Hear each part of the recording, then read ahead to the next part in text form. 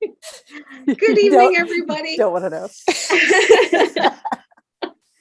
So hi, everybody. We're already having fun. And now we welcome you to join in our fun. This is our last event in the Metro Detroit Book and Author Society's spring series. And tonight our guest is best-selling author, New York Times best-selling author, JT Ellison, who's one of the biggest names in mystery and suspense. So welcome, JT. Thank you for having me. I'm so excited that we finally got to make this happen. Oh, I've been looking forward to this for a really long time because you are one of my absolute favorites. Thank you. That's so sweet. So for those of you who may be joining us for the first time and who don't know me, I'm Cathy Russ. I am the president of the Metro Detroit Book and Author Society. And for those of you who may not know, the Metro Detroit Book and Author Society is a nonprofit organization in the Detroit area that celebrates books, authors, reading, and literacy. However, since we've transformed our programs to Zoom, I think our reach has expanded beyond the Metro Detroit area. So if you're joining us from parts outside of here, we really welcome you and hope you'll come back.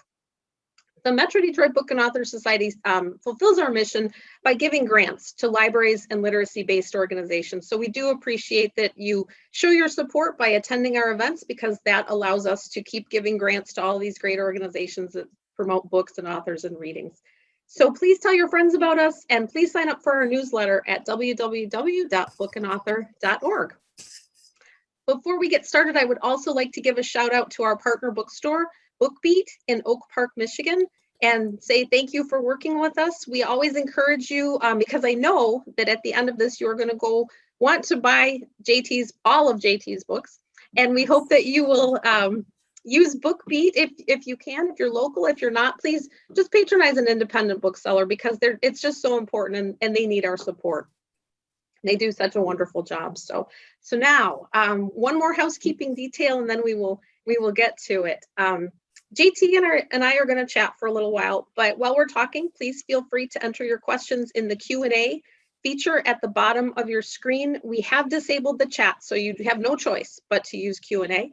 But you can enter your questions throughout our conversation, and then in about a half an hour or so, we will start taking your questions. So, please take advantage of the opportunity and ask anything you want. All right, there we go. There's all the housekeeping out of the way. So I would like to introduce our special guest author, JT Ellison. She is the co-author of the series A Brit in the FBI, which she co-authored with Catherine Coulter. She's also written 8 books in the Lieutenant Taylor Jackson series and 5 standalone mysteries, including this awesome book, Her Dark Lies. So welcome, JT. It is so good to be here. Hi. Hi.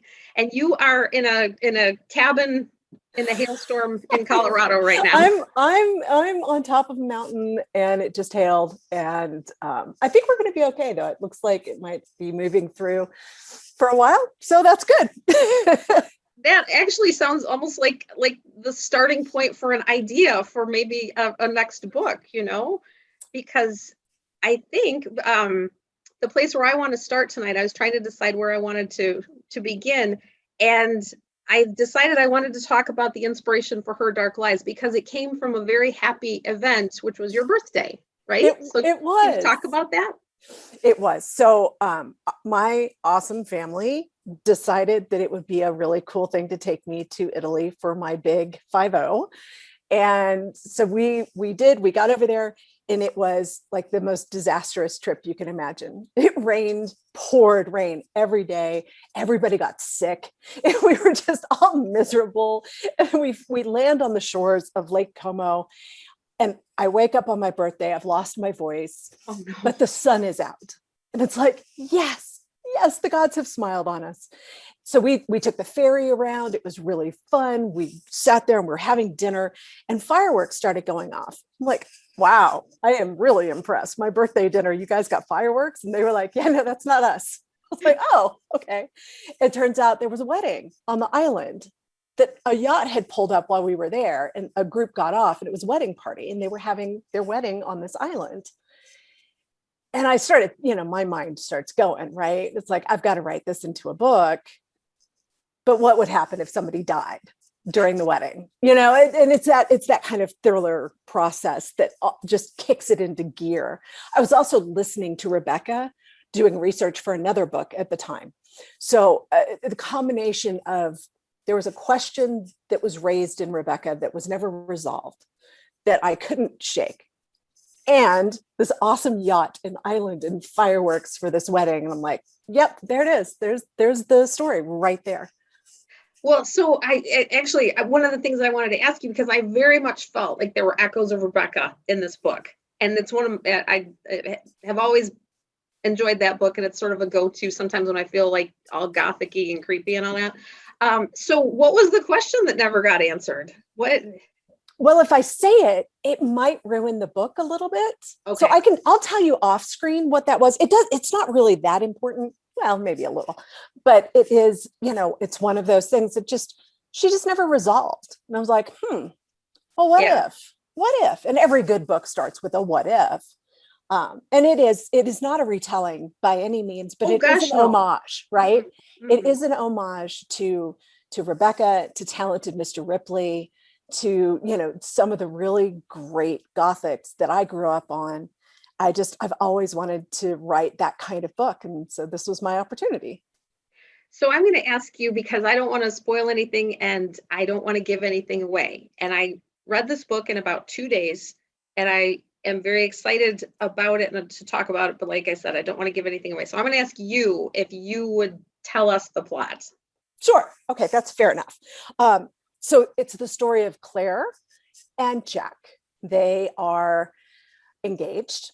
They're getting ready to leave on their fantastic destination wedding weekend. His family is exceptionally wealthy, and she comes from a somewhat troubled past, and she's never quite really understood what he sees in her. There's one big problem. He has a dead wife that he will not talk about. And that's something that kind of sparks an obsession for her to find out, who is this woman that he was married to and why won't he talk about her? In the midst of trying to get ready for this wedding and this high society situation that she's getting into. And she's a large format oil painter. So she's an artist, and she just wants to, she wants her art to be known, and he's creating that world for her. So she's just on the cusp of massive change in every aspect of her life. And that's a fun place to start a story.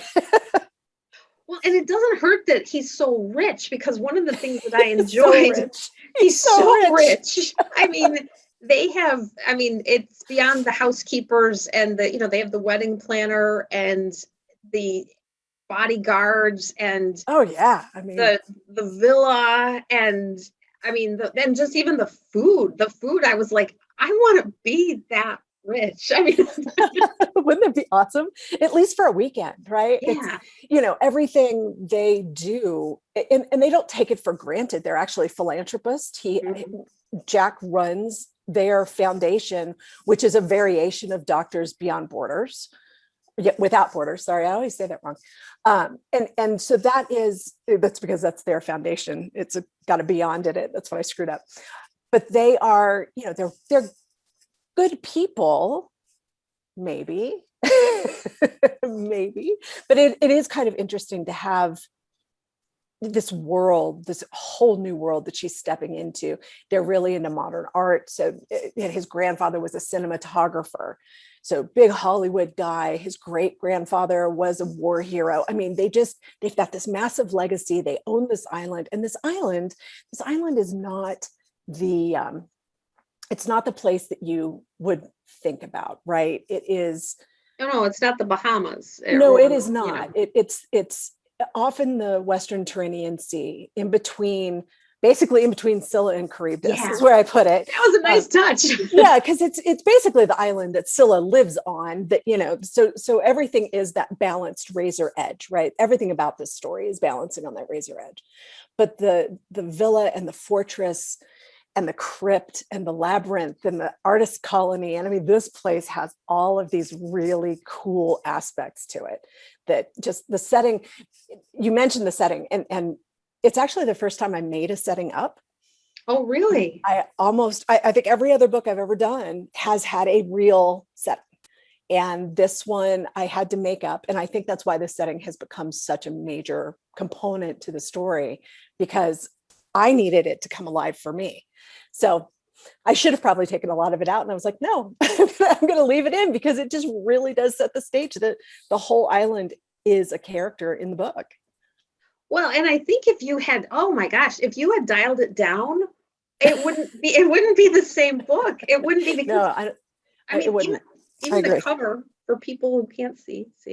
But Such so great cover. from the time they approach the island on the hydrofoil, and there's a storm coming and there's this tension, but like everything about this island, so there's cliffs, there's the villa, but it's a fortress, and there's crypts, and the labyrinth is outside, but the grounds, but there's also the kind of all the tunnels from the World War II, and even before, back in Roman times, that they were, bringing women to the Roman emperors there to, dispose of as they would, it's just, it's got this horrifically wild history to it.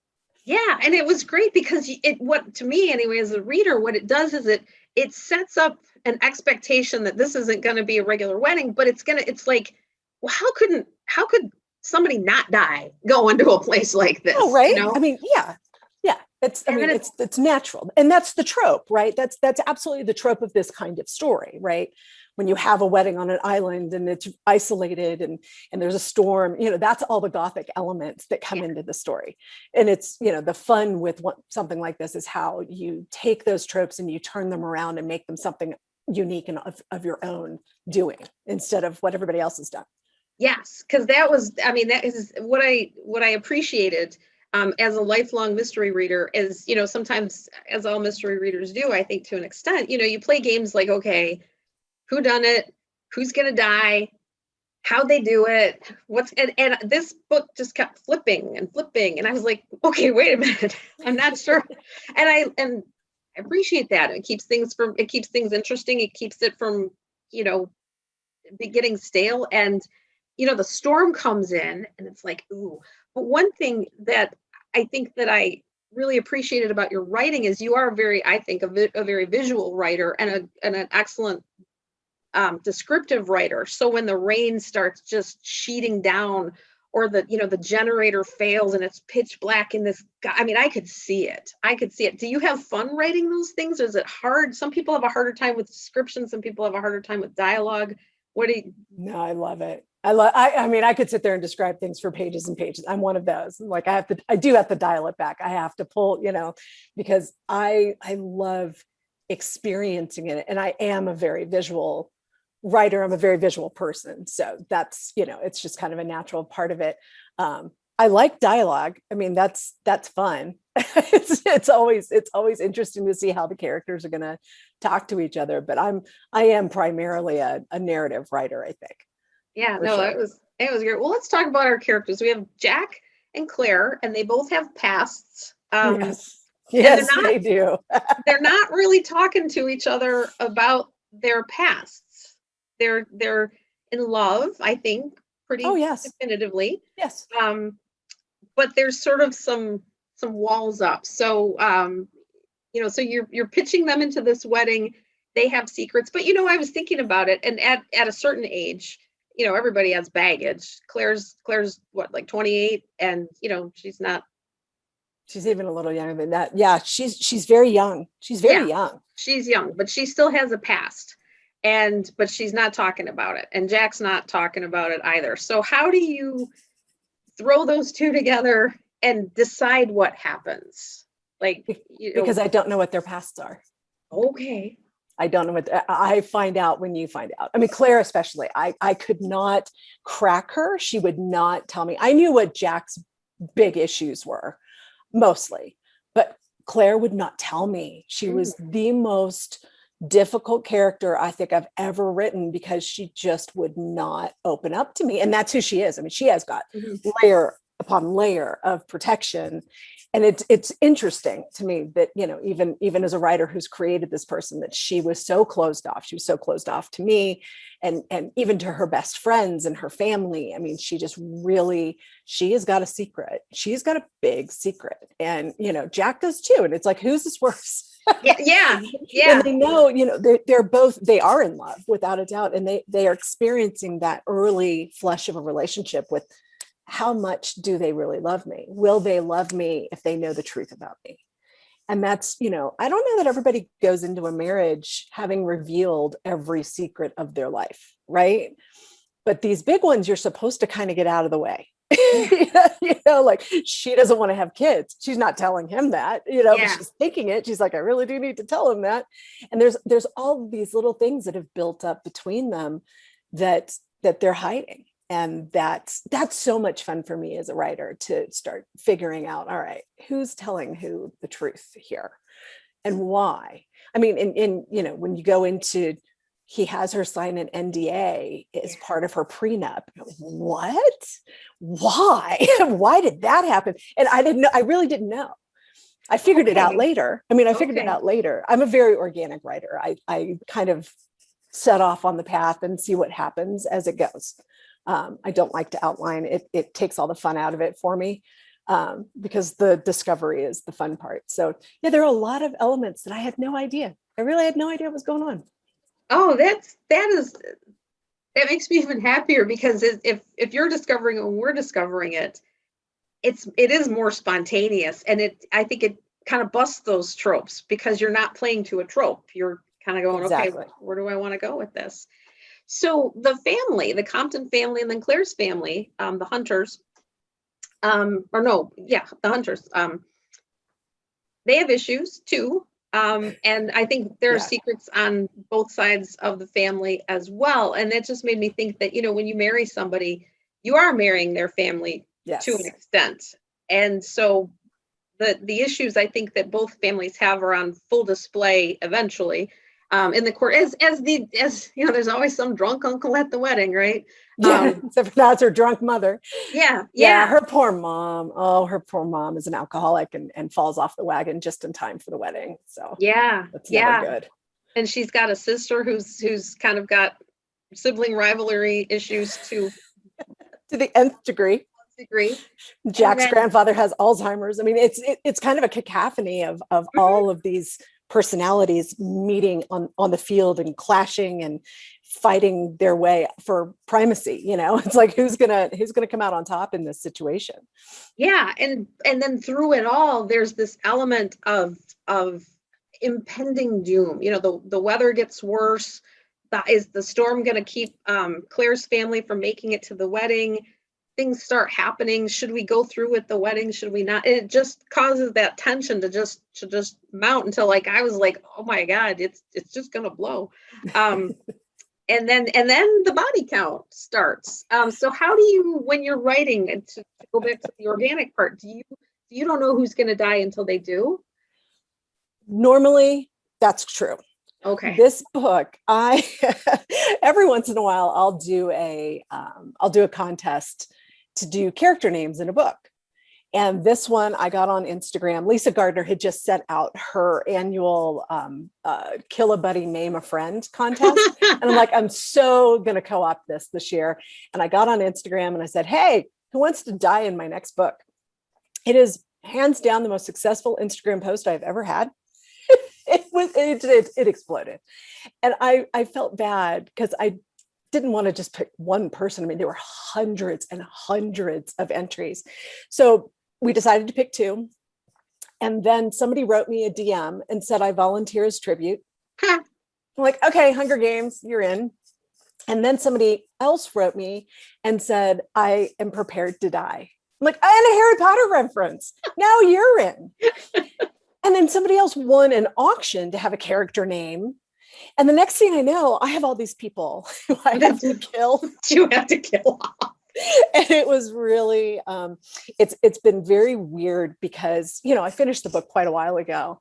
And one of the characters who, you know, won got her got her book and wrote me, and I opened my email and here is this name. And I'm like, but she's dead. Yeah. Oh, but wait, no, she's not. She's not. Oh my God, of course she's not. It just was so bizarre, just so very bizarre. So normally I would never do that.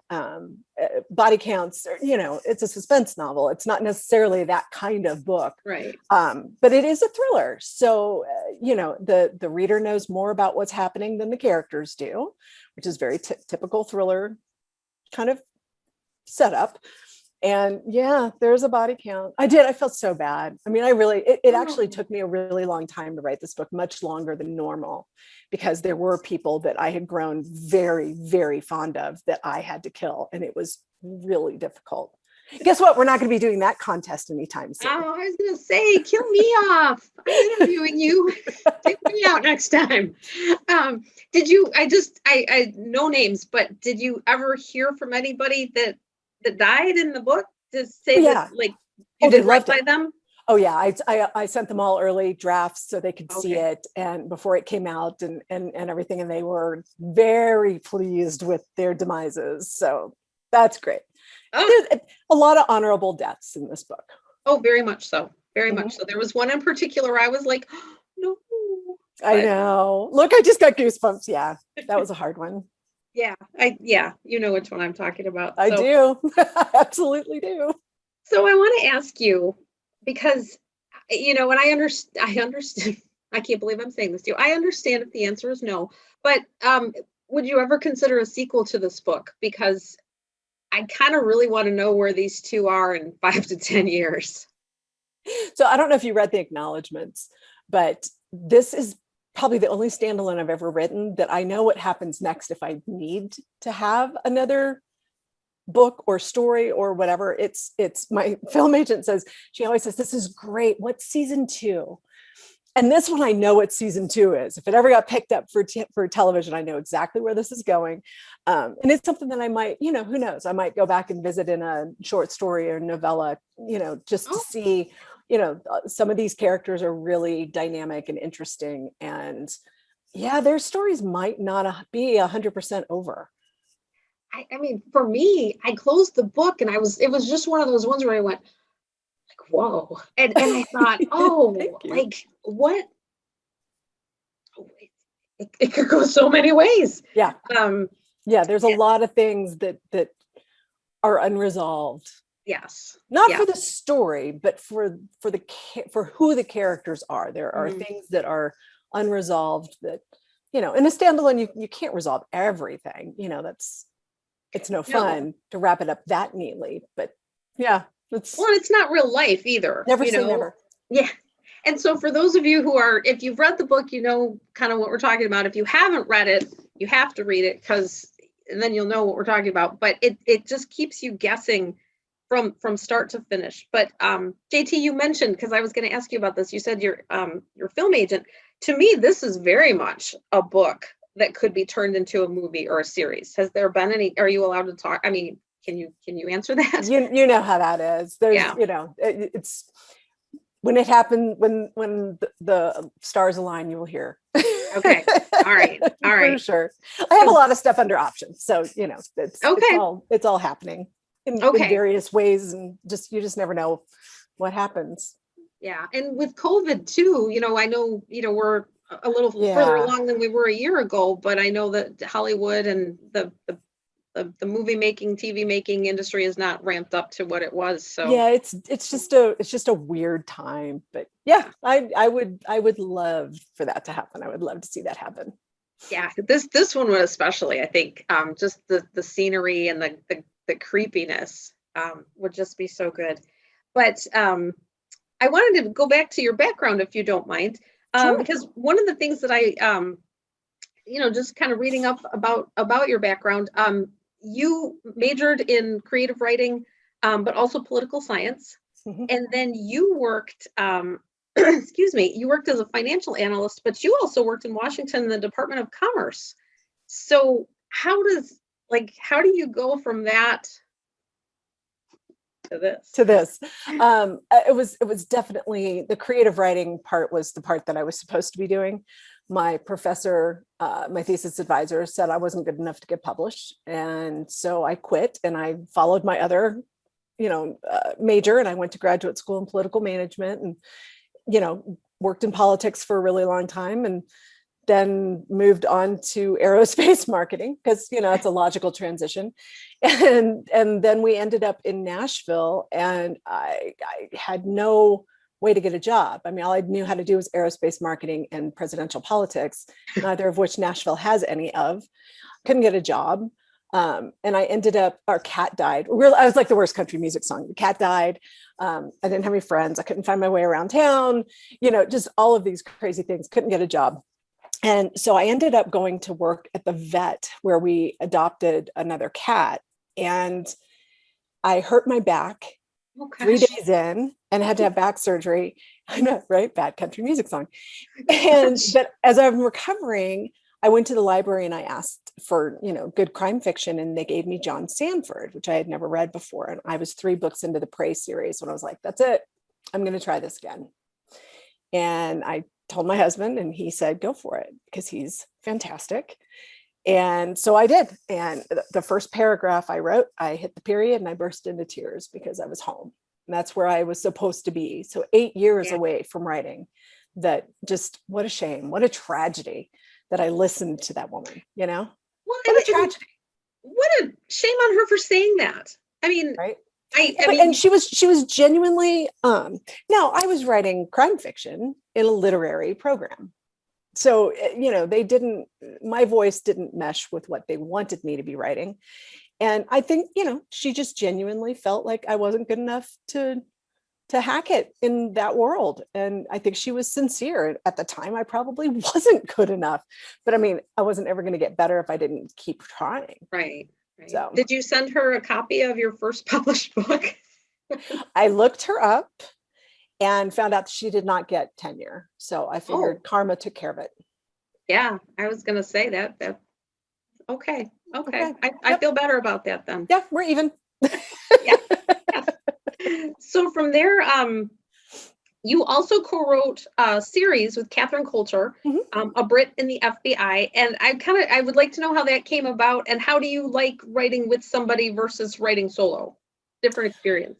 Very different experience. So I had written 12 books, so 8 Taylor Jacksons and 4 Samantha Owens. When Catherine came calling, she was looking for a co-writer for a series that she had developed. And it was just too good of an opportunity. It's Catherine Coulter. My God, I've been reading her since I was a kid. It's like, oh my gosh, this is such a cool opportunity. And so she flew me out to California and we talked and plotted out the first book. And I took it home and wrote it. The problem is Catherine and I, neither one of us are plotters. So we had to learn how to plot, and that sucked. But it worked out really well. And what we discovered is 2 brains are definitely better than one. When I would get stuck in a normal book, if I'm stuck, I'm talking to my friends, I'm taking my husband to dinner to have margaritas to try to shake something free. But with a co-writer, you can literally just call and say, hey, this isn't working. What should we do? Mm-hmm. And, she'll make a suggestion and that'll kick me into gear and we go back and forth. And so it's an incredibly collaborative experience. And I learned a ton, and we are dear friends, and just, it was a wonderful experience. A lot of fun. You think you'd ever go back to that or do one more in the series or return? Or... Never say never. I'm never I don't like closing doors. I mean, right now the series is wrapped and we did 6 really big books ending up with saving the world. Once you've saved the world, where do you go from there? Where do you go from there? Again, maybe us not plotting is a problem because we're kind of like, oh, well, this is a natural end to the series right here. But who knows? Who knows? Maybe. You have like a dream co-author that you'd want to work with? No, I think that's, co-authoring is a very unique situation. And I have been very lucky in the people that I have collaborated with. I've collaborated with other people other than Catherine. And it's a marriage in many ways, and you have to have the same type of personality. Like an alpha female and a beta female trying to write together is not going to work. Yes. Right? You have to have two alphas, right? You have to have people that, are going to do the work and are going to meet the deadlines and take it seriously and have the same kind of drive and energy and ambition for a story that you do. So I've been very blessed in my co-writing partners and being able to do that. And, you pick the right people. You got to pick the right people. Yeah, I can see if you were with somebody who wasn't like you, or like you said, a beta female, I'd be like, I don't know, what do you want to write about? And that's just not going to work. Oh yeah, no, that would not work. I mean, and somebody has to drive the bus, right? You have to agree up front who's driving the bus. But it's, it is really, it's a really interesting dynamic when you can put two brains on one story, and it almost always elevates it to something you would never have been able to do yourself. See, all the scriptwriters in Hollywood know this, right? They do everything by committee. Yeah. They get that, but it's, novelists are not that way. We absolutely are, lone beasts.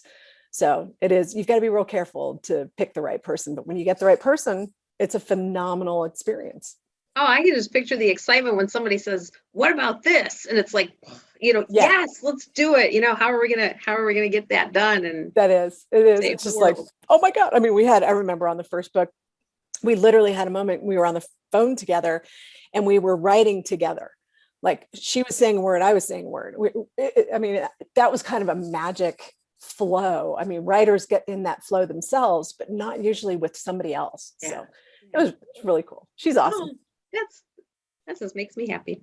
So kind of, well, not exactly on the same lines, but so you've written series books, you've written standalones. Do you have a preference? Do you, is one easier than the other, harder? Standalones are harder for me because I'm creating the world from scratch. Mm-hmm. Series, you already have the world, you have the characters, you have you've got such a jump start on the book. And it's all about the plot and how that affects the characters that are already there. The standalone, it just takes me longer because I've got a bigger canvas that I have to work with. And I have to develop the characters from scratch and the setting and the plot and all of the things. So they just take me a little bit longer. But it's usually whatever I'm not working on, I want to be working on the other. Yeah. If I'm writing a series book, I want to be writing a standalone. If I'm writing a standalone, I want to be writing a series book. Yes. I feel that way sometimes about book group books. I look forward to reading it and then I have to read it. And then I think, I kind of want to just read. I don't want to read that. I want to read something else, but it is what it is. I get that. Right? I totally get that. So I want to ask you too, because one of the things that I didn't know about you that I just think is the coolest thing ever is you host a series for Nashville Public Television.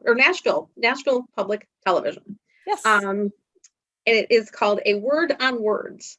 And I watched a bunch of the segments and I was just like, that is the coolest thing ever. How did you get that gig? I mean, and do you love it? And you won an Emmy for it.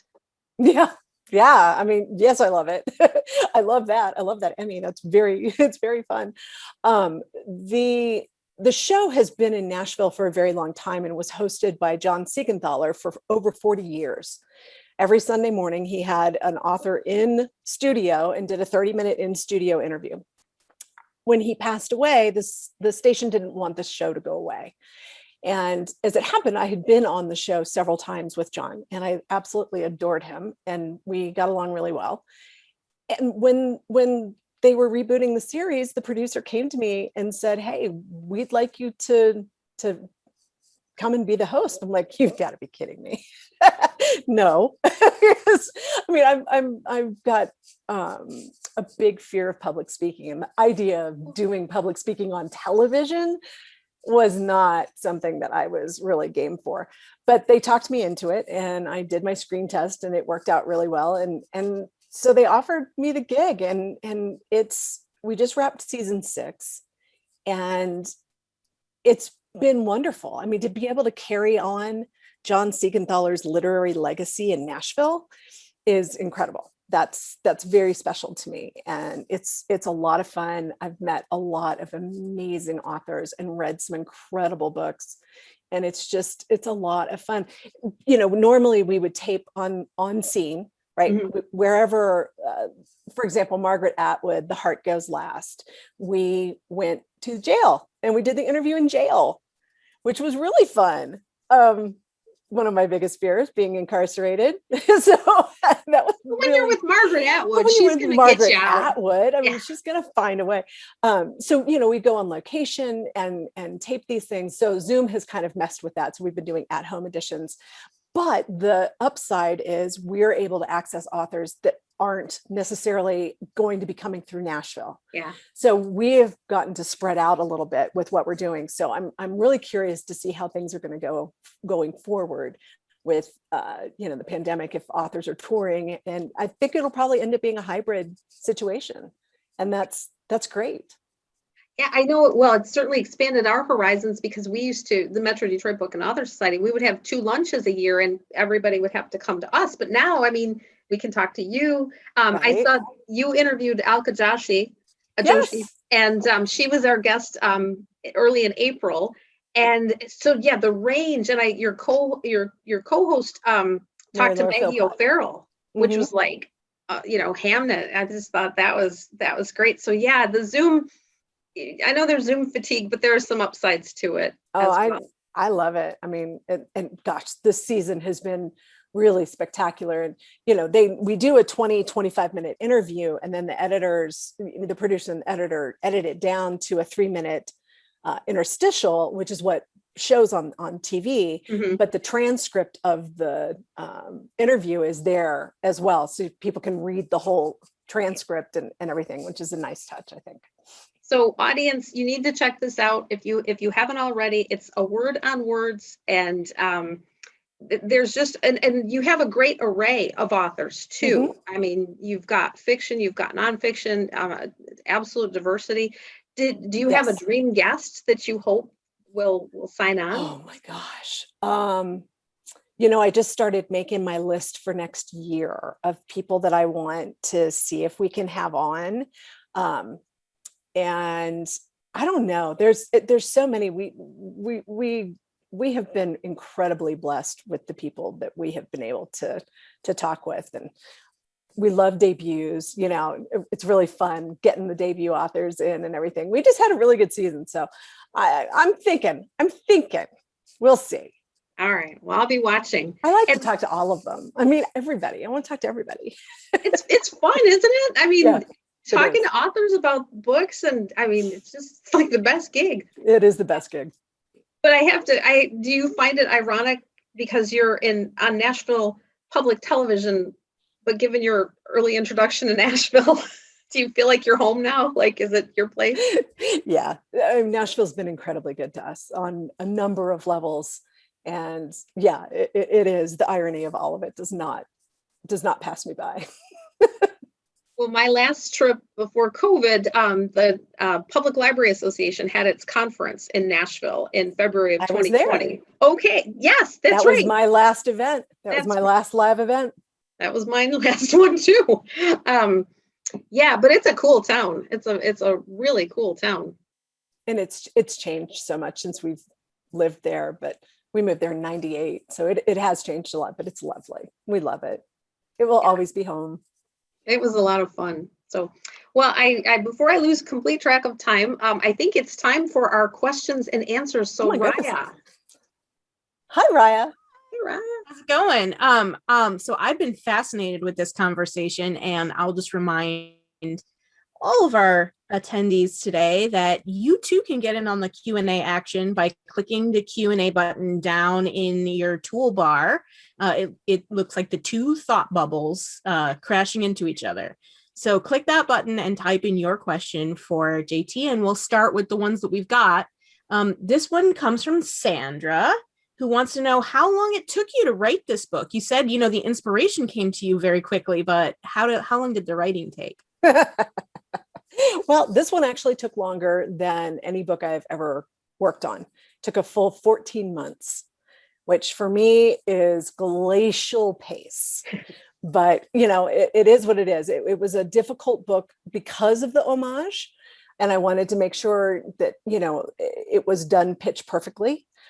I had a subplot that was not working that I ended up having to take out. I had 2 knee surgeries in the middle of it, and of course a pandemic. So it really was kind of a different process for me. I would not like to go back and do it again. It's so funny that people are like, I read it in 2 days. I'm like, oh my gosh, if you had any idea how long it took me to write. There's 7 drafts of this book.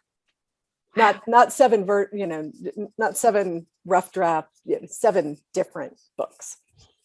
So just I'm sorry, and I don't mean to interrupt the people who are asking questions, but I want to kind of just follow up on that, because 7 versions. So when you were talking about the organic process, so almost like 7 different.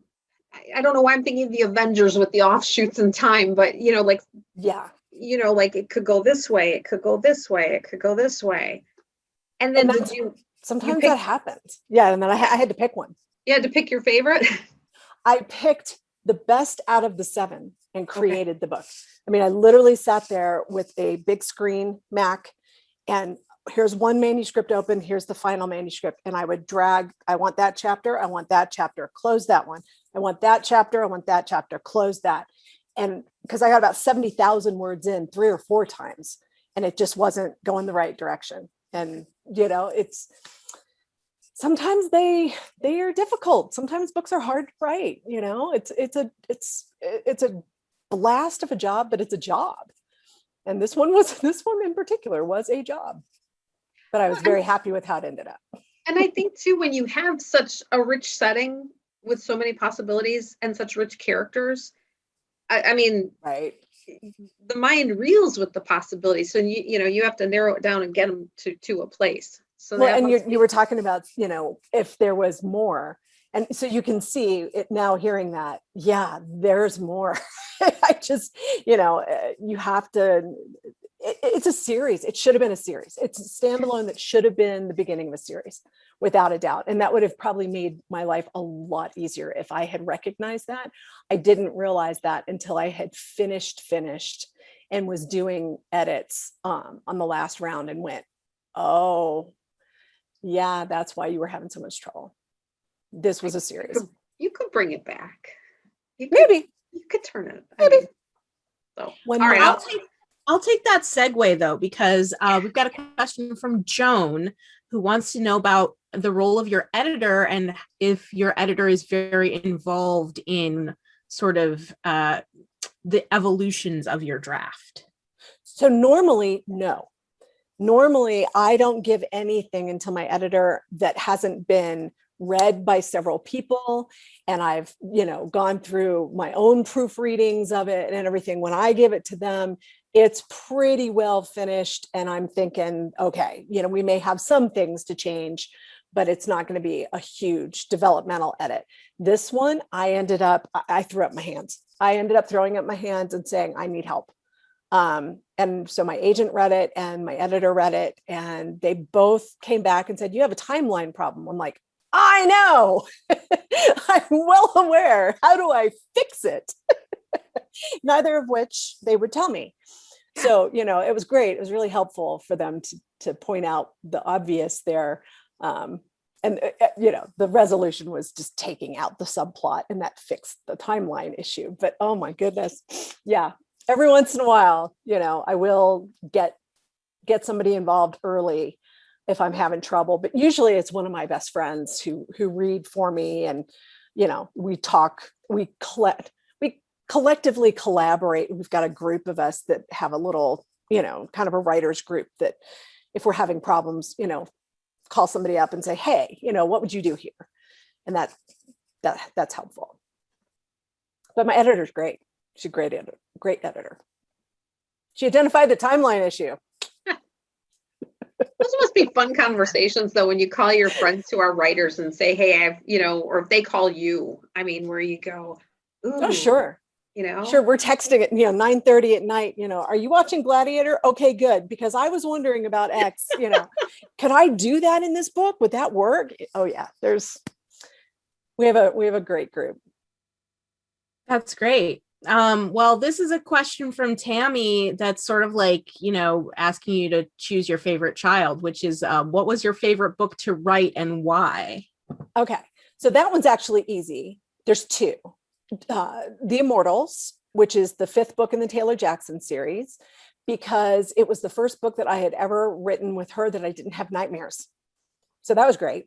Really enjoyed the writing of that book. I didn't have a single nightmare the entire time. 6 months of just happy dreams. It was great. And the other was Lie to Me, because I knew I was leveling up. I knew that book was going to be a book. I knew, right? I knew that the story was strong. I knew that the characters, I knew every part of that story was going to come together. And I got to go to Paris twice to do research. So it's a combination of the two. I'm glad you didn't ask which book I like the best, but which book I liked writing the best. Writing the best. Well, I want to hear more about these Paris trips now. So for another big, huge birthday, my husband took me to Paris because he's fantastic. I mentioned earlier how fantastic he is. I had never been. I took French for years and years in school, and I had never been to France. And so he took me for my birthday, and it was spectacular. And the idea for the story came while I was sitting, we're having champagne in a sidewalk cafe. It's like the perfect scenario. And it was so good. And the story was such a solid one. When I went home and I started writing it up, I'm like, this is actually going to be a book. Now we're going to have to go back to Paris. So we went back for our 20th anniversary. So yay, husband. What a he good needs husband. to keep taking you places. Like if you ever have a writer's block, you go, honey. Yes, go somewhere else. And I'm a hands-on researcher. I want to, any place that is in my book, I want to have been and experienced and smelled the smells and heard what it sounds like. And just, again, it's a very sensory experience for me writing a book. And I want those details because I think it'll be sensory for you as well. Mm. Yeah, that definitely comes across. Plus, I wonder if you could write off some of these trips as like, sure. official expenses. Yeah. So, no, I mean, that's a research trip is a research trip, regardless of where it is. Absolutely. Just go on another European vacation. I know, okay. Right? I think we have time for maybe one or two more. So if you have one more burning question in you, audience, please type it in now. Don't delay. I'm going to ask one more from Tammy. This is a perennial favorite question for Book and Author Society, which is, what's your favorite author that you love to read? Or if you don't like that question, like, who are you reading now?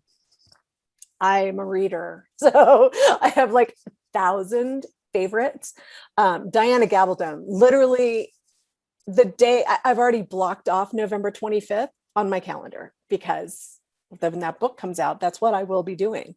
There will be nothing else, right? All my Thanksgiving prep will be done because I'm going to be reading that book for that weekend. So just heads up to the world. I'm coming to your house for Thanksgiving. You're most welcome. Cereal, because I'll probably be reading that book too, but.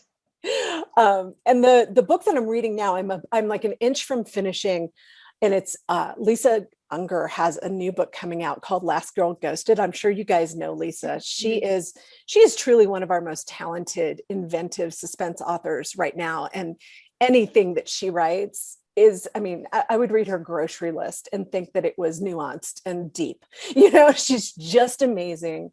And I'm almost done with that book. I'm going to finish it tonight. I talked to her this afternoon and just like, dude, this book is amazing.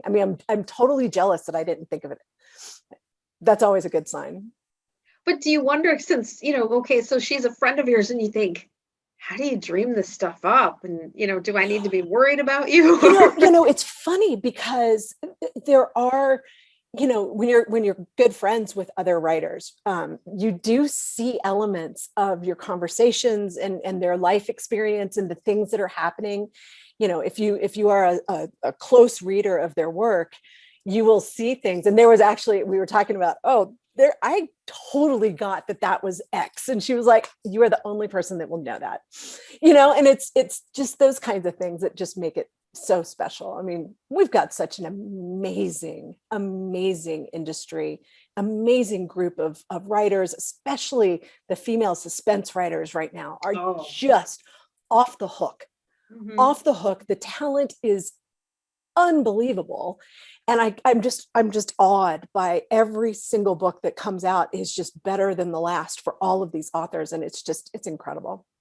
What I think, because I'm like you, a lifelong mystery suspense reader, and what I think is so great is that they're all, once you've hit a certain caliber, a certain level, they're different. I mean, it's not retreads Totally. of somebody else's plot just packaged in a different way.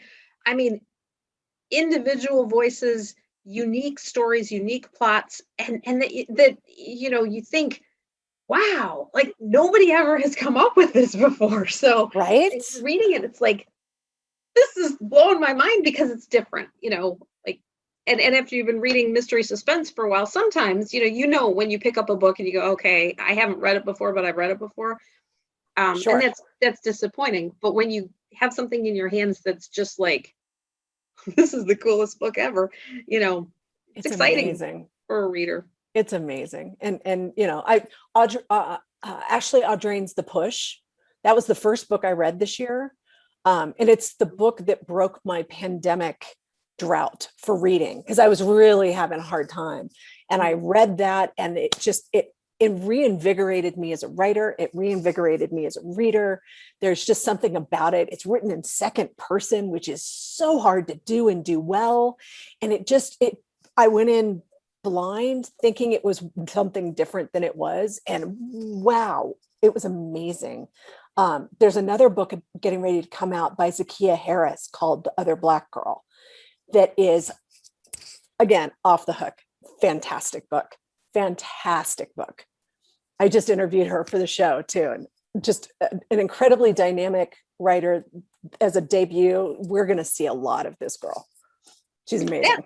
That's got to be exciting too, when you talk to somebody who's publishing their debut book, but you've done this, so the industry, but when you think, oh, I can say I knew you when. Yep. Yeah, that's definitely, 20 years down the road, she is going to be such a household name. I mean, no question about it. All right. Well, so the Push, you're all taking and the notes Other then. Black Girl. Put it on your book club list. It's fun. I'm gonna do one shout out from Teresa, who says that as a writer, they are very inspired by you.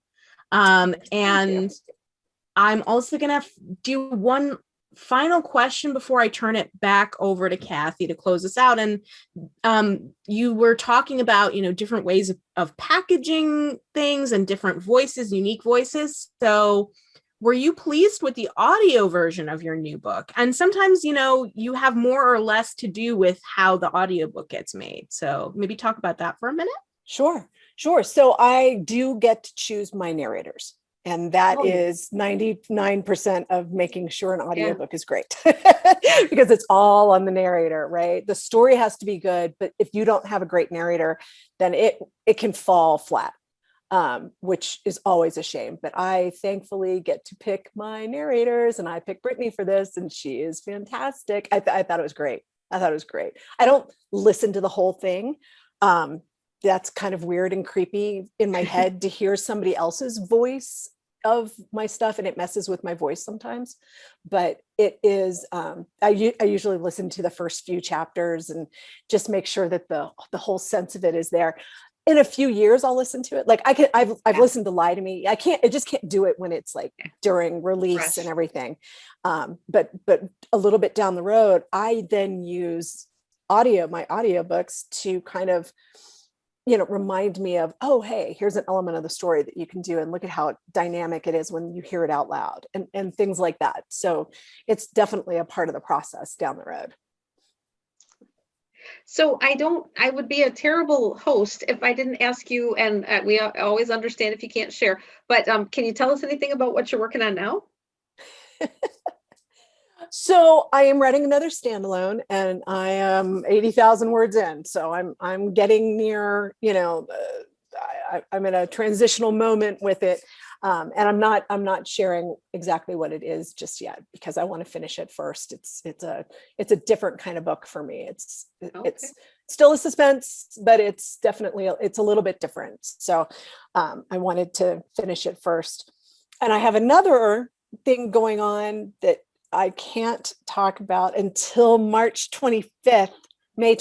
I'm sorry. Okay. Not March, May Wow, 25th. that's a long time. May 25th. So please come by my social media on May 25th, and you will hear what is next. Okay. And it is a secret. It is All a right. secret until the 25th. This is very exciting. If you're on Twitter, follow Thriller Chick. I'm excited for that. And I think that's all the questions we have time for. So I'm gonna pop back out and turn this back to Cathy. Right. Thanks, Raya. Thank you. May 25th is a week from tomorrow, so you don't have to be in suspense very long. So make A sure. week from tomorrow, and it's a big deal. So that's so stick cool. around. There's just fun things to come. That's so cool. Well, I think that's probably a really great note to end on, because we wish you the very best, and I'm just so happy that you were able to come on the program. And I've been looking forward to this since we set it up, and it's been like 16 months of us trying to get together with this, right? So yeah, something like that.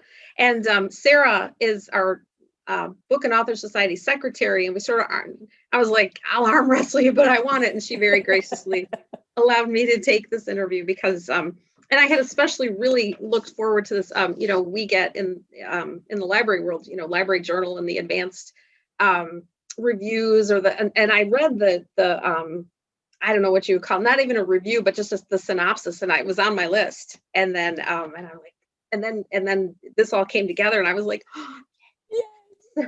I'm so glad. I hope one day I can come and do it in person, but this has been lovely, and I'm so glad that the storm didn't blow out it'll probably go out the second we get off. The power is going to go out. So I'm so happy that we got through it. Well, if you ever write a thriller set in Colorado in the midst of a hailstorm, I'm going to I have a short story that I have a little short story. It's a flash fiction piece, actually, with that sort of scenario. Maybe I have to go and revisit that and get that blow it up. It's not a bad idea. Thanks Seriously. for that. Actually, I'm gonna go do that. You can bump me off. I'm okay with it. All right. I'm really okay with it. It's happening. Cool. Okay. All right. Well, we will see you on May 25th. So we don't have to say goodbye. We'll just say see you later. Perfect. And for all of you who are here, we hope that you'll join us again on Monday, June 14th. Our special guest is going to be Alice Randall, author of Black Bottom Saints, which has very much a resonance with the Detroit area, but definitely appealing for anybody. Just a really, really terrific book.